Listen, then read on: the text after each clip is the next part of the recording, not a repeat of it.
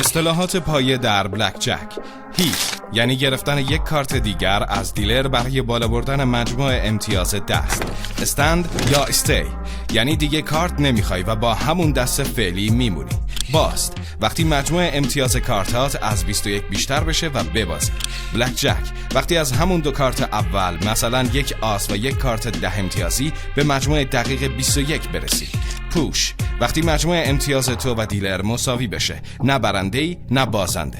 دابل داون یعنی شرط رو 2 برابر کنی و یک کارت دیگه بگیری. اسپلیت وقتی دو کارت اول جفت باشن، مثلا 2 تا 8، میتونی اونا رو به 2 دسته جداگانه تقسیم کنی و با هر کدوم جدا بازی کنی. سرندر یعنی تسلیم شدن و پس دادن نصف مبلغ شرط، معمولا فقط در بعضی میزا مجازه.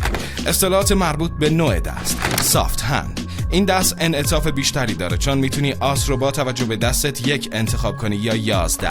هارد هند در دستی مثل آس 10 6 این آس به عنوان 1 در نظر گرفته میشه، زیرا دست هارد هنده و در صورتی که 11 بشه بازیکن میبازه.